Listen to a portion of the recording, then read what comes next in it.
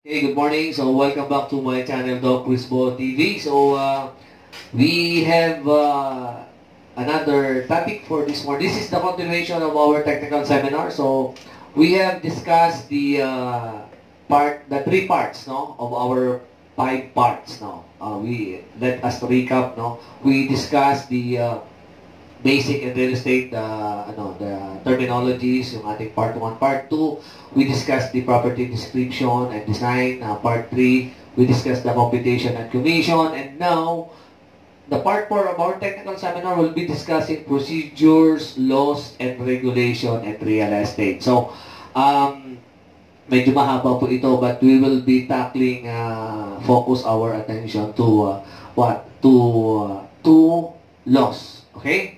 So, welcome to RCD Realty Marketing Corporation, one of the largest real estate brokerage in the country today. So, this is our technical seminar, part 4. So, our agenda for our discussions, no? Rather, for this morning of June 10, no? June 10, 2020. Still GCQ pa rin po tayo, no? General quarantine, general community quarantine. So let us all of us keep safe. So everyone, please be reminded the new normal. Always wear your mask and wash your hands and keep what distancia, amigo. Okay. So this is our discussion for this morning. So we will discuss the salient point on laws on agency and real estate brokerage, the RESA law, or what we call the RA 9646. RA is Republic Act. Law on property ownership, laws on property ownership, property relation, ayan, yung mga mag-asawa dyan, no? Maseda law, or the RA 6552. Of course, we will also touch, no? We will touch the Condominium Act of 1966, or rather, it is called the Republic Act 4726. And we will also discuss, no, some pointers on property registration decree. But here, we will discuss how to transfer your title. No? Yun lang, just a portion, okay? But we will give you more definition or more discussions and detail on RESA law. Ito, very important po sa inyo to. And of course, the Maseda law, which is used in installment sales. Okay? So, ang pag-uusapan natin ngayon ay batas. Ano ba ang law para sa inyo? Ang batas po ay bawal lumabas. Bawal lumabas. Pero, pag nag-comply ka, pwede nang lumabas.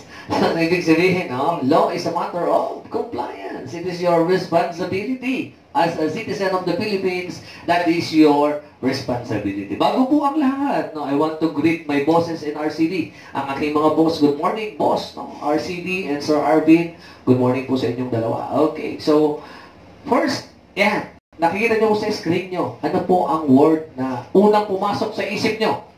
Whatever it is, I don't mind. You mind it because the word you see first will reveal your subconscious personality. Alam mo na, kung S ang nilagay mo dyan, you will be a loser. But if B ang nalagay mo dyan, ang unang letter na pumasok sa isip mo, well, that will define your personality. Okay, so let's move on. So, first we will be discussing the agency. Ano ba ang agency?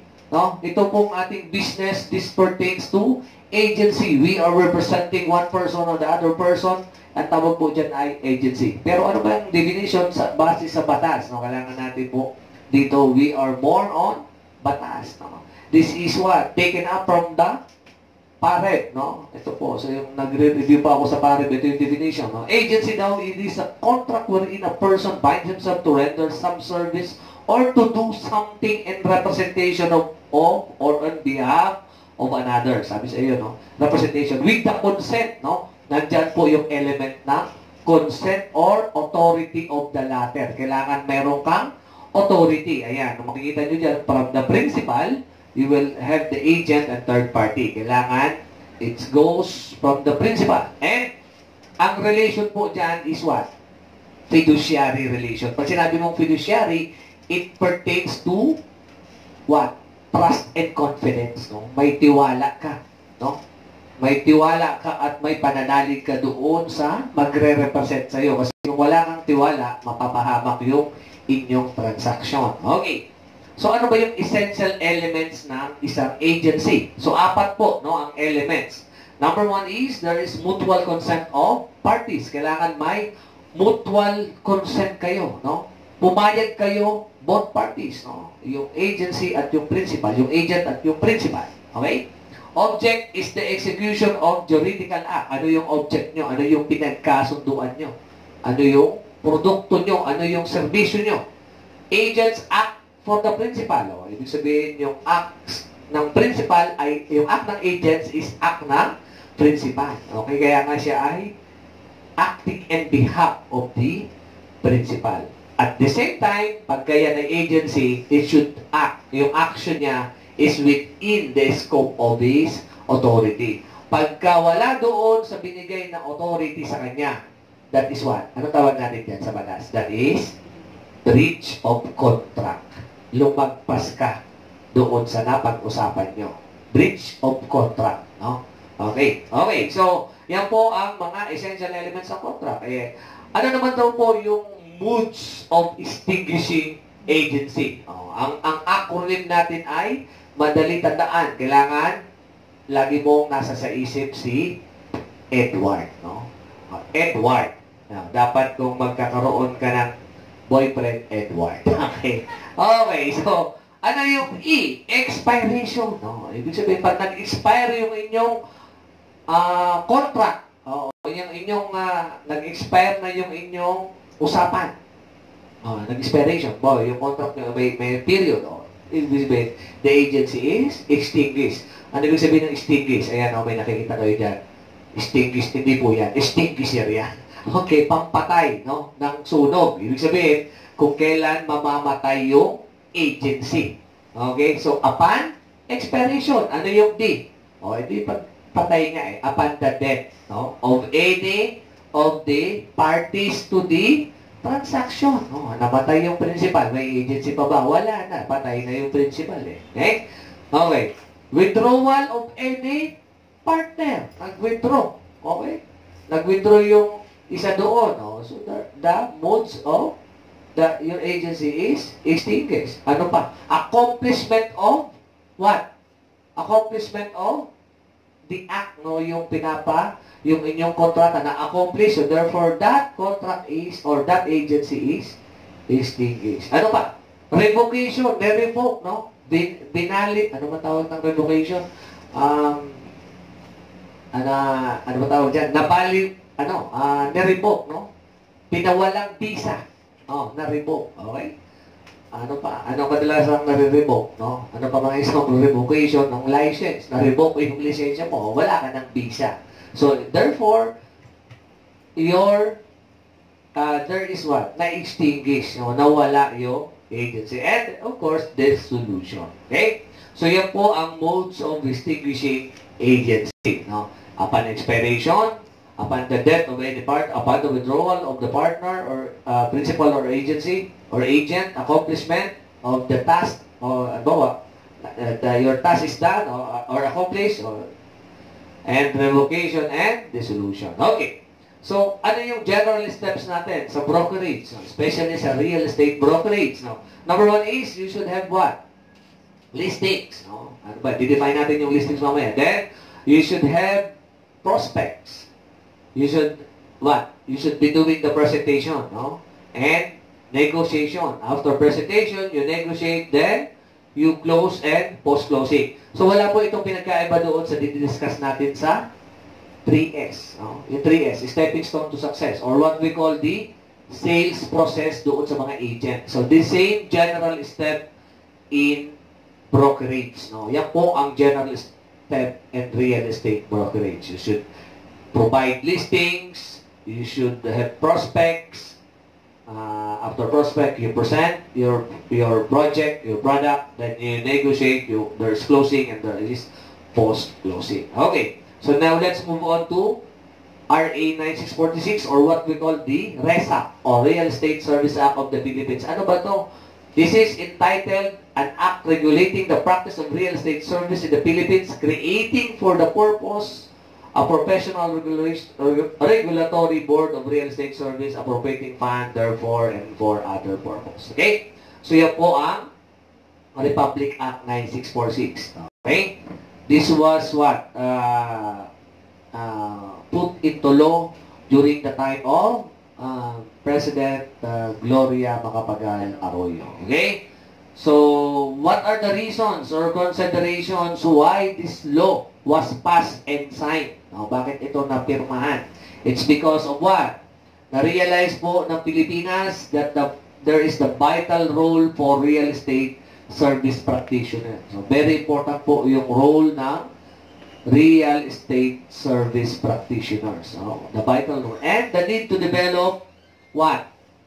The need to develop and nurture through proper and effective regulation and supervision. Ibig sabihin, dumadami na po yung transaction, there should be the need to develop and nurture. Para maprotektahan yung, sino ang kailangan protektahan dito? The public. Kailangan protektahan yung public. Mayroon nga nagsabi, ang sabi nga nila, real estate is what? Is a public trust. So therefore, there should be what? A law that should govern these activities or these operations. Okay. So now let's what? Move to the definition of term. Again, we will define some terms under RESA law. Sabi sa RESA law, ayan, nakikita nyo dyan po, ayan po ang ating presidente, President Arvin B. Francisco of RCD Realty. Sabi dito, real estate refers to the land and all those items which are attached to the land. It is the physical, tangible entity together with all the additions or improvements on, above, or below the ground. Ibig sabihin, lahat ng napapaloob doon o naka-attach sa land that is real estate. Okay? Ano pa? Let us define real property. Pag sinabi natin real property, parehas ba ito ng real estate? Halos. No? Tingnan natin. Real property includes all the rights, interest, and benefits related to the ownership of the real estate. Ano ibig sabihin yan? Pag yan ay tinawag mong real property, there is now what we call the bundle of rights. Pag sinabi mong bundle of rights, the agreement or the contract will come into that scenario. Mapapasok na po yung kontrata. No? May kontrata. Pag may kontrata na, that is now what we call real property. There is now the bundle of rights over that real estate. Pag sinabi mong real estate, ito yung land and any improvement attached to the land. No? Above or below the ground. Okay? Halimbawa, may isang house and land. No? May nakatanim na puno doon. So, yung puno ba is part of the real estate? Yes, because it is attached to the land. Anything attached to the land, above or below the land. Okay, let's move on. Definition of terms. What is real estate development project? Means the development of land for residential, commercial, industrial. Ayan. So, ibig sabihin, lahat po ng nakikita nyo. No? It is the commercial, hospital, lahat, buildings, industrial, agricultural, institutional, or recreational purposes, or any combination of such, including but not limited to tourist resort, reclamation projects, building or housing projects, whether for individual or condominium ownership, memorial parks, and other of similar nature. Ibig sabihin, yung memorial parks, that is part of real estate development project. Okay? Ano pa? Yung mga resort, no? May mga resort na po ngayon na dinidevelop for real estate development project. At sino naman yung real estate developer? Okay, yung nakikita nyo po dyan na picture, that is one of the real estate developer in the country today. Okay? So, real estate developer refers to any natural or juridical person engaged in the business of developing real estate development project. Yung sa taas, no? For his or her or its own account and offering them for sale or for lease. Ang tawag doon ay real estate. Yung nagde-develop ng project, ang tawag niya real estate developer. Okay. Another definition, appraiser. Sino naman yung appraiser? All known as valuer. No? Nagbabalyo ng real estate at ng real estate project. Okay? The first person who conducts valuation, appraisal, is specifically one who possesses the necessary qualifications. Lisensyado po ang appraiser. No? Ability, experience to execute direct the valuation, appraisal of real property. Ang tawag dyan, appraiser. Ibig sabihin, pagka ikaw ay nasa private institution, ang tawag sa iyo ay appraiser. Real estate appraiser. License po yan. Nag-take yan ng board examination. Assessor. No? Ano yung assessor? Alos parehas lang. Ang pagkakaiba lang po nila is ang assessor usually performs under the local government unit. O performs appraisal and assessment. O yan. Including para saan naman yung kanilang ina-appraise. For tax purposes. No? For tax purposes. Kasi ina-assess. No? Doon sila nagbibigay ng valuation. Yun yung pag kumukuha ka ng amilyar. Tax declaration doon sa assessor. Sila yung nagbabalyo dyan. Nakalagay sa tax deck mo. Okay? Okay. So, who can practice real estate service? Sino naman na yung nagpa-practice ng real estate service? So, number 1 dyan ay real estate consultant. No? Ano ba yung ginagawa niyan? A duly registered and licensed natural person who, for a professional fee, compensation, or other valuable consideration, offer the following or render professional service and judgment on number 1, acquisition, preservation, utilization, disposal ng land, improvement. O yan, siya po ang bibigay ng mga payo, advice, concept, planning, management, and development of real estate project. Halimbawa, may gagawin ka na isang project, may i-develop ka na isang project. Ikaw ay real estate developer. So, you will consult the consultant, real estate consultant. Tanong, ito ba ay nag-take din ng board? Yes. Sino ang pwede mag-take ng those who are broker, appraiser, na they are in practice for more than, I think, for more than 5 years in practice. Pwede ka naman take ng real estate consultant. Okay? So, sino pa yung pwede mag-practice? Real estate appraiser. Ito yung duly registered and licensed person for a professional fee. Yun sinabi natin kanina. No? Yung appraiser. No? Ito yung nagpa-perform, nag-render to give you estimate or opinion or acts as expert in real estate values. No? Pag pinag-usapan yung value, mga po real estate appraiser ang tawag yan. Okay? Okay, real estate assessor, sabi natin ito yung nasa local government. Okay? And of course, ang pinaka in demand ngayon, yung real estate broker, a duly registered, licensed, natural person who, for a professional fee, commission, or other valuable consideration, act as an agent or party in a real estate transaction to offer, advertise, solicit, lease, promote, mediate, negotiate, or effect the meeting of minds of sale, purchase, and sale is blend, no? Purchase, exchange, mortgage, lease, or joint venture, or other similar transaction on real estate or any interest or So, ibig sabihin ng broker, ito yung nakikipag-transaction. Ina-hire ito ng kadalasan nasa loob ito ng isang corporation, ng isang broker. O kaya mayroon siyang isang brokerage. No? One who do the act of selling, act of leasing, anything, no? To promote, to advertise, so yan po nakalagay din lahat. Okay? So ano naman, sino pa yung pwede mag-practice? Ito yung marami ngayon. Real estate sales person. A duly accredited. Remember, accredited natural person. So, ibig sabihin, ito ba ay nag-license? Hindi, license in the sense na siya ay accredited. But, hindi po siya nag-take ng board exam. Okay? Ina-accredit lang. Mag-take lang siya ng tinatawag nating CPD. Okay? So, may certain units para ikaw ay maging registered accredited salesperson. Okay? He or she is the one acting on behalf of the broker. Ina-accredit siya ng broker. So, ibig sabihin, bit-bit niya yung license ng broker. Okay? So, kung wala kang license, hindi ka makapag-perform ng selling. Okay? So, So, ano ang risk? No? Pag nagkamali po ang salesperson, dahil naka-attach dyan yung license ng broker, apektado po yung broker. So, better orient your salesperson properly. Okay? So, who acts constitute the practice of real estate service. So, any single act or transaction made and performed by real estate service shall constitute an act of engaging in practice of real estate service. Okay? Ano yung mga exemption sa pag-practice ng real estate service? Number 1 dyan is yung kung siya mismo yung may-ari ng kanyang property. No? Except real estate developer. Bawa ako, may property ako. Sarili ko, gusto ko ibenta. Okay, so those you can perform. Okay?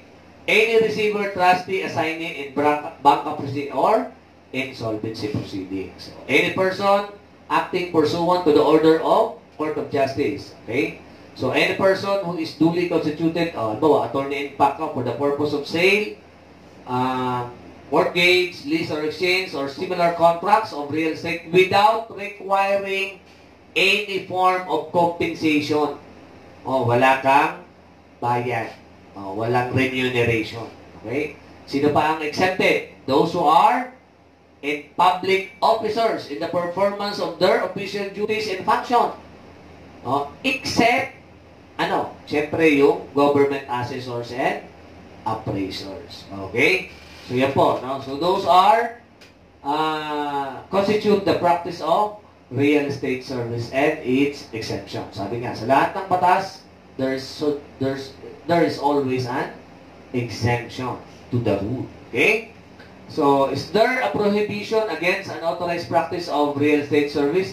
Yes, there is. No person shall practice or offer to practice real estate service in the Philippines or offer himself or herself as real estate service or use the title, word, letter, figure, or any sign tending to convey the impression that one is a real estate service practitioner, advertise or indicate any manner whatsoever that one is qualified to practice the profession or be appointed as a real estate appraiser or assessor in national government entity or local government unit unless he or she has satisfactorily passed. Ayan, hindi ka pa pwedeng magpanggap, no?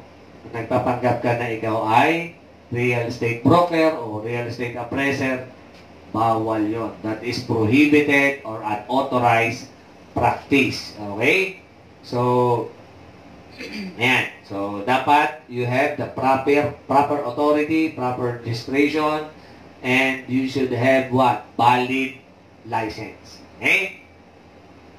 Ano pa? For a real estate salesperson required to take the PRC examination. Required ba na mag-take ng yung mga salesperson? No, hindi na required. No, they are not required. But there is what? There is qualification. So tingnan mo.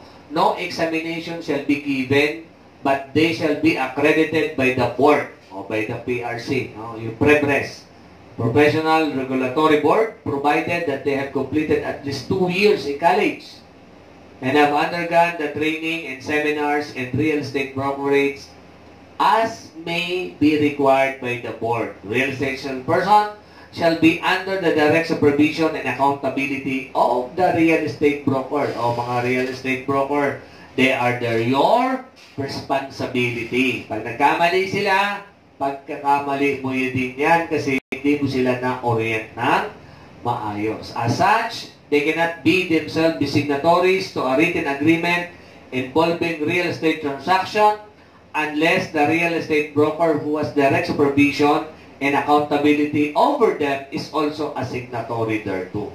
Nakapirma din dapat. O, ikaw ay authorized with legal representation. Nakalagay dito, basahin natin. Importante ito. No real estate salesperson, either directly or indirectly, can negotiate, mediate, or transact any real estate transaction for in behalf of the real estate broker without first securing an authorized accreditation as real estate salesperson for the real estate broker as prescribed by the board. Okay? Tandaan po, mga real estate broker.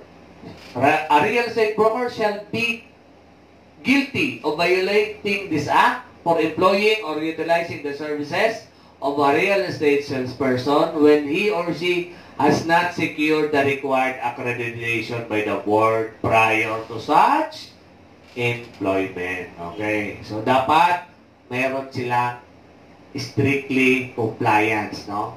Sabi nga, ang batas, anong batas? Bawal lumabas. Pero, pag nag-comply, pwede na lumabas. So, anong tandaan?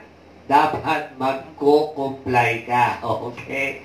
Okay, so, what is the penalty for violation of this RESA law? Ayan, any violation of this act, including violations implementing rules and regulations, shall be meted the penalty of fine of not less than 100,000 peso or imprisonment of not less than 2 years or both. No, parehas. Such fine and imprisonment upon the discretion of the court. In case the violation is committed by an unlicensed real estate service practitioner, the penalty shall be double the aforesaid fine and imprisonment. Kaya po, nakikita niyo sa bandang kanan, nakalagay dyan fine 100,000 to 200,000. Imprisonment to 2, na doble 4 years. Okay? Ayan. In case of violation is committed by a partnership, corporation, association, or any juridical person, the partner, the president, director, or manager who has committed or consented to or knowingly tolerated such violation shall be held directly liable and responsible for the acts as principal and as co-principal with the other participants if any. So lahat ng nakadikit, nakakabit doon, parties to the transaction are all what? Involved, no? Are all what? Are all will be penalized. Lahat sila. Okay? Yan. So, yan po, no? RA 9646 or real estate or the RESA or RESA law prohibits unlicensed broker, unregistered salesperson. O, tandaan niyo po, ang term is unlicensed broker, unregistered salesperson. Okay? From offering to sell or lease real estate properties. Ayan po ang penalty which have stated. Okay? So, let's now move on to another topic. Sino po yan? No? Nakikita nyo? The late former Senator Ernesto Maceda. Okay? Ang kanyang legacy ay yung tinatawag nating Maceda Law. Ano ba yung Maceda Law? This is Republic Act 6552 which provide for certain protection to particular buyers of real estate payable on installment. Hulugan. The law declares as public policy to protect buyers of real estate on installment payments against onerous and oppressive condition. Okay? Bigyan ng pagkakataon, no? I-depensa naman yung part na this is pro-buyer, doon sa part ng buyer. Pero may mga stipulation, no? What are the transactions, sales covered by Maceda Law? No? Number one, the law involves the sale of immovable, no? Immovable on installment sales. Immovable on installment sales. Ibig sabihin, immovable na hulugan. Okay? So, kung nasa installment ka, covered ka ng Maceda Law. Okay? Pag sinabi mong immovable, yung mga hindi mo na gagalaw. Okay? Pag yan ay sasakyan, movable yan. That is not under Maceda Law. That is under Recto Law or what we call the chattel mortgage. Dito, pinag-uusapan natin real estate mortgage. Okay? Coverage is residential real estate. So, it includes, kaya po hindi kasama, industrial lots, commercial buildings, and commercial lots by implication or sale to tenants under agrarian laws. So, those are the exclusions. Okay? So, what are the rights granted to the buyers? Buyer paid at least, kailangan nakapagbayad kayo ng 2 years installment. Pay without interest, the balance within grace period of 1 month for every year of installment. Grace period to be exercised once every 5 years. Okay? With no payment, canceled, buyer entitled to 50% of what he has paid plus 5%. Ito po yung pag mag-complete ka na. No? Diba, naka 2 years ka na payment, installment. No? Ang cancellation is 50% of what he has paid plus 5% for every year but not exceeding to 90% of payment. May hanggang 90% lang. Okay?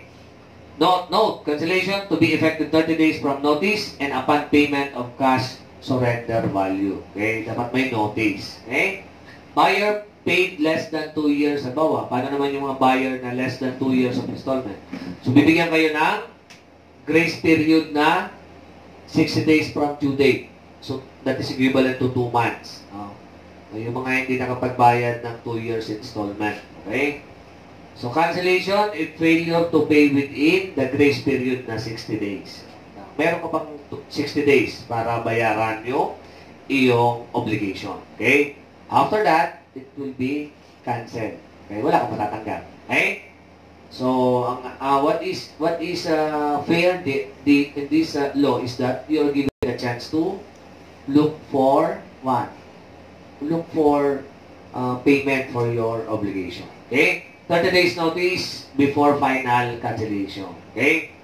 So, those are the rights granted to the buyer. Hindi mo pa pwedeng cancelahin agad. Okay? Nakita mo na past due, bigla mong kinancel na walang notice, bawal din yun.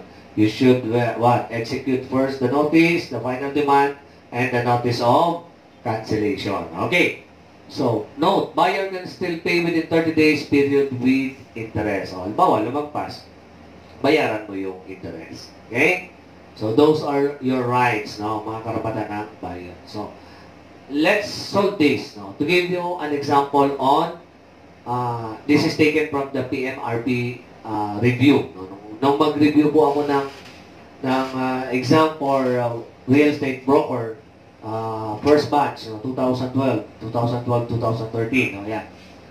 Ito po yung one of the question. No? So let us solve para to give light for our Maceda law. So, Mr. Baku, ang apelyido niya is Lau. Mr. Baku, Lau, both at 200 square meters of division lot at 3,000 per square. So, he paid 25%, binayaran niya 25% ng payment.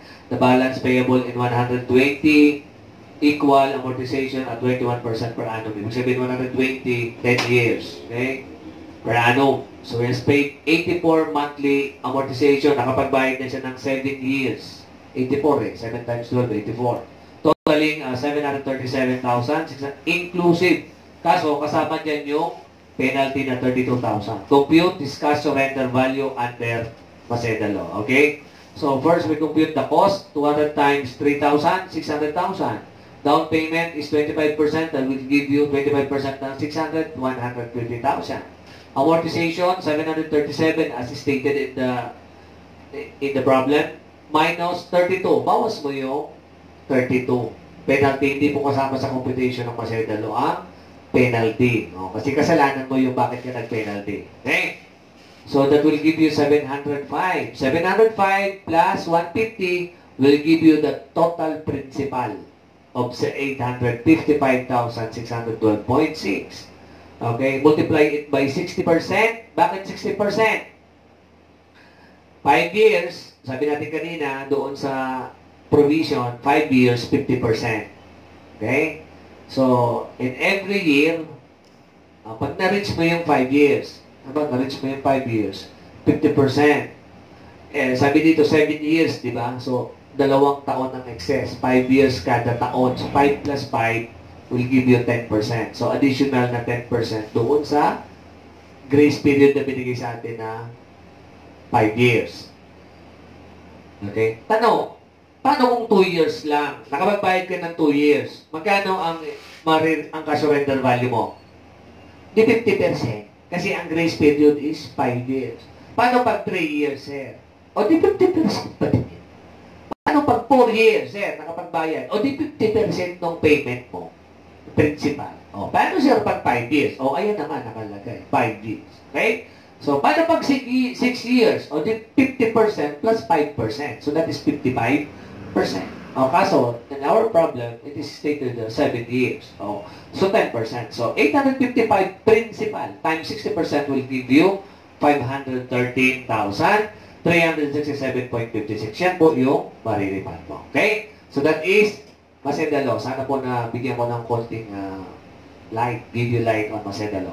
Just in case lang, no? Those who are, what? on installment sales. Pero, I would suggest, pag nag-invest kayo, tuloy nyo na. Sayang po ang pera. No? Dapat, pag in-invest nyo at ganito ng katagal, ay, di ba, sayang ang investment. May return na yan. No? But, in the event na talagang hindi maiwasan, so this is the Maseda Law. Okay? So, let's now move on to Condominium Act of 1966, which is under RA 4726. So, lahat po ito kinuha ko sa ito po ay galing, I think I have got this in Labo de Philippines. No? So, first, the historical background. This was taken from the PMRB. It started in 1920 in South America. So, doon po nagsimula ang kondominyo. No? Sa Europe, bandang Spain, Italy, France. Kaya makikita nyo marami doon vertical. No? Vertical improvement. Okay? Become trend. Naging trend known as, so umpisa, cooperative. Bakit cooperative? No? Yung mga owner nito nagko-cooperate to what? To establish this, what? This, actually, hindi pa condominium ang tawag. Ang tawag nila nung araw is cooperative housing. So, nag-evolve ito. This gave birth to the condominium. Dati po, kasi ayaw nila ng cooperative kasi pagka, di ba sa cooperative, pagka obligation ng isang partner, ay obligation na rin ng ibang partner. So, pagka nawawala yung iba, na-absorb ng ibang partner. So, nagkaroon ng problema. So, this gave birth to the condominium. So, hindi na po cooperative housing. In the Philippines, it was approved and created by the Congress in June 16, 1966, no?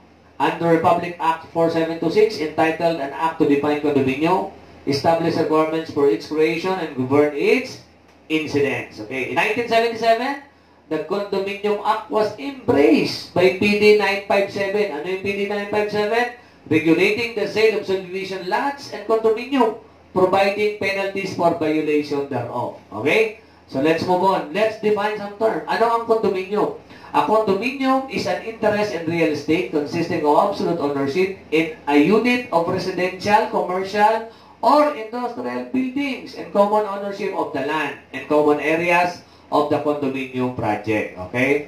So, may common ownership and may common areas. Okay? Okay.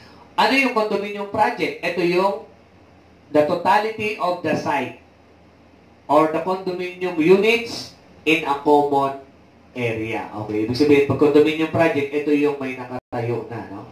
Na the totality, kasama yung land and yung condominium project. Okay. Condominium unit. Oh, ito yung space encompassed by interior surface.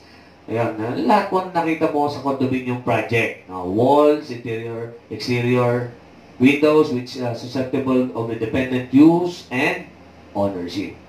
Ano yung common areas? Refer to the weight-bearing walls, columns, beams, stairways, halls, elevator, including electrical. Ito po yung common na ginagamit ng mga owner sa condominium project. There are two kinds of common, general and limited. General is undivided. Yung hallway sa condominium, that is common area. Swimming pool, that is common area. So, mayroon din tinatawag na limited or divided. Ibig sabihin, may exclusivity. O itong part na to, ito lang gagamit na to, yung mayayaman lang ng sobra. Okay? May mga may exclusivity. Siguro, ito yung may mga depende sa value ng kanilang binili doon sa condominium project. Okay. So, what is the extent of interest in common areas? So, in the absence of any provision in the master deed, all units owners shall have equal share in the common area. So, pag hindi naka-stipulate sa master deed, no? Equal share tayo sa common areas. So, the master deed may provide any of the following alternatives. Equal sharing, sharing based on, ito yung sinasabi ko nila, sharing based on value, binili. Okay? Sharing based on unit area in relation to total area. Mas marami siyang ownership over the total area ng condominium project. Okay? So, it was indicated in the depende yan sa master deed. Okay? So, ano yung advantages ng isang condominium? Okay? So, affordability is enhanced. Okay? Maximizing land space. So, bakit maximizing land space? So, minsan maliit lang yung land space pero marami ang unit owner. Okay?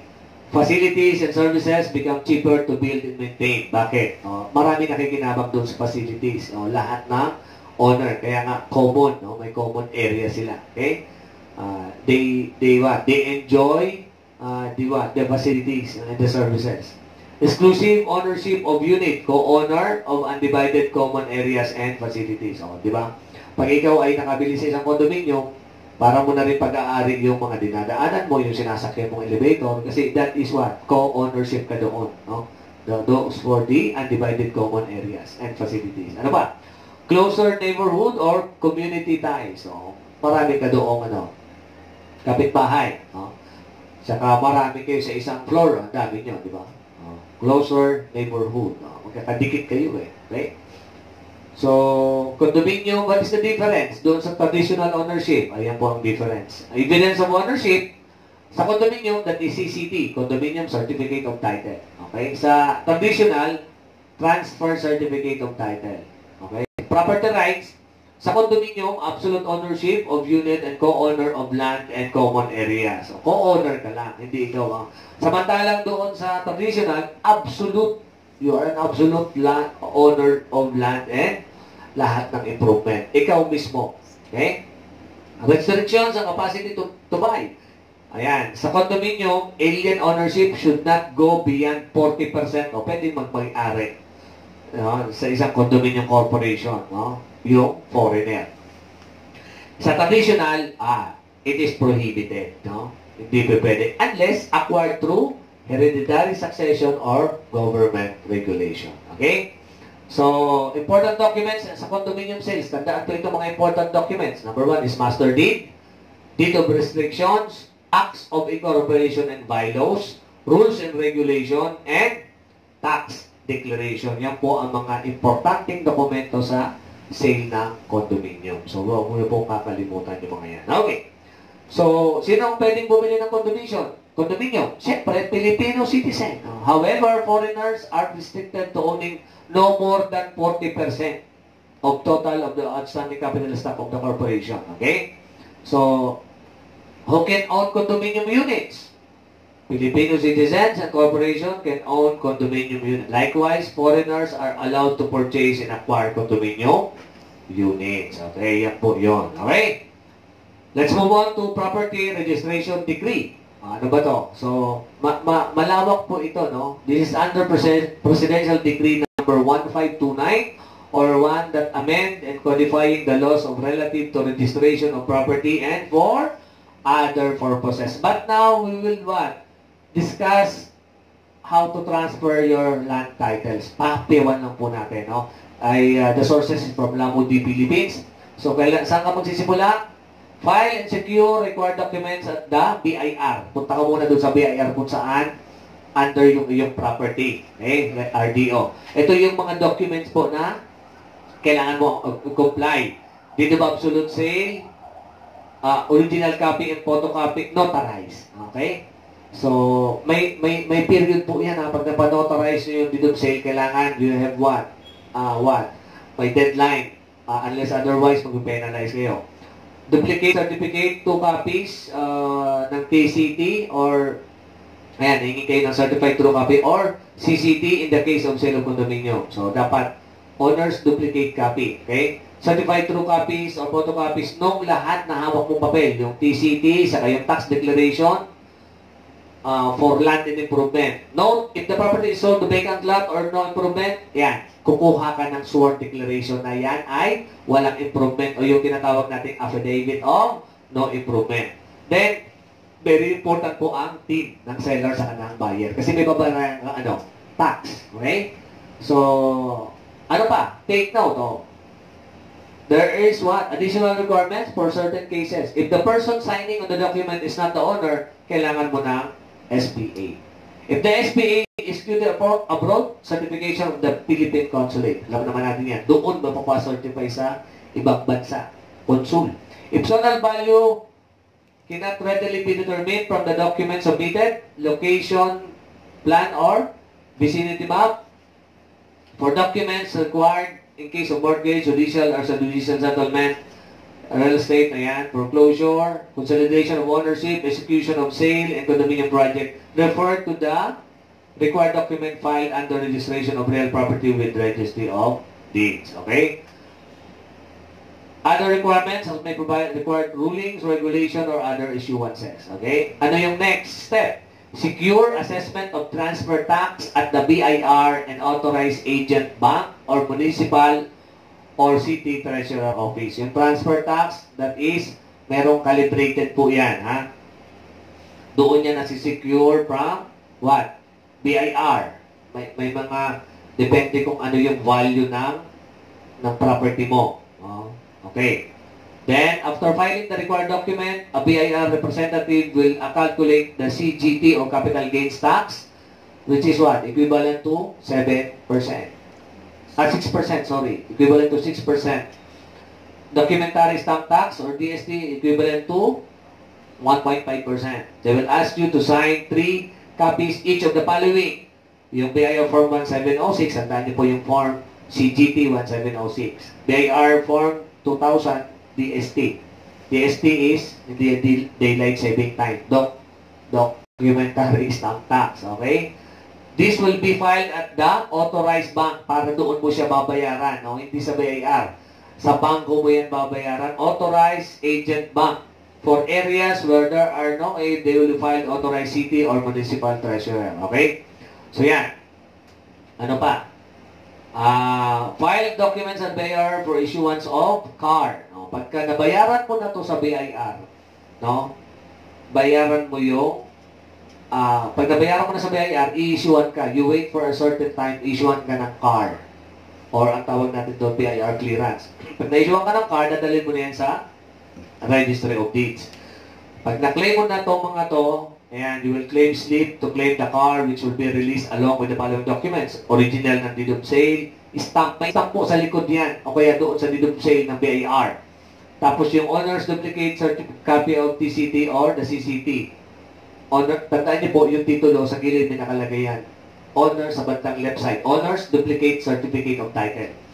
Original copies of BIR, yung 1706, kasama yan ha. Dadalhin mo ito sa Registry of Deeds. Form DST stamp by, may stamp lahat ng BIR. Copies of tax declaration for land and improvement. Kasama yan doon sa pagka-transfer mo. Dadalhin mo yan doon sa Registry of Deeds.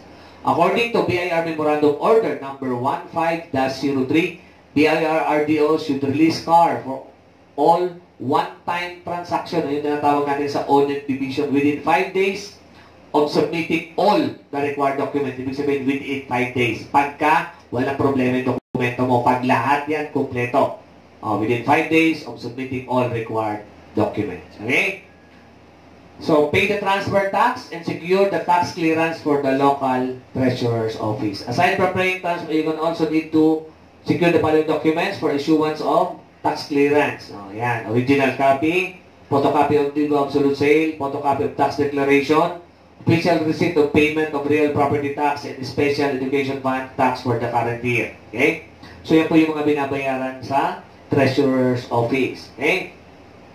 And then, file the document at the RD for the issuance of new land title. Doon ka na-issuean pagka nakompleto mo yan. The new owner's duplicate copy of TCT and CCT in your name will be released once you have presented all the following documents.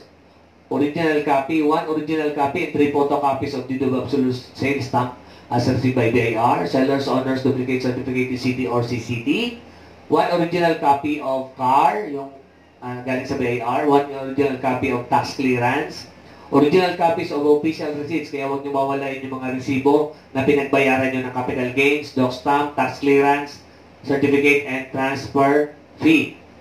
Original copies of current tax declaration for land improvement used by the local assessor's office. If the seller or buyer is a corporation, submit the following. Pag korporasyon, ang seller o buyer, certificate, secretary certificate o yung board resolution, authorizing the sale of property on the part of the corporation.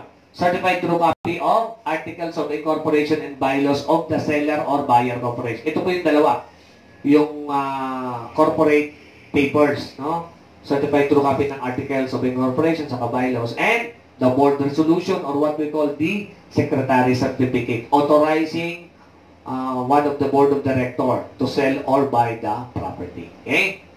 Okay, file documents and municipal or provincial assessor's office of the issuance of new tax declaration. Huwag niyo pong kalimutan, no? Pagkatapos matransfer sa pangalan niyo ng titulo, dapat makasecure kayo na yung tax deck nakatransfer din sa pangalan niyo. Ito yung sinasabi dito. No? For the release of the new tax, kasi minsan nauuna po yung titulo bago yung tax declaration. For the release of the new tax declaration, present the photocopy of the following: the absolute sale, TCD, the card, the transfer tax receipt, the latest tax receipt, o yung amilyar, o yung, pag may amilyar ka present, may tax clearance yan, certificate of tax clearance. For some local assessors, so this example, Makati City, additional documents are required. Subdivision plan, if lot is subdivided. Okay. Full color photos of the house, lot, or condominium unit. For some lang naman. Pero some municipalities and city, hindi na po yan kinukuha. Okay? Ano pa? Remember, do not forget to accomplish this last step as this is often missed out. Minsan po kasi, pagka-transfer na yung titulo, hinahayaan na yung tax declaration, hindi naka-transfer yung tax deck. Remember, dapat naka-transfer.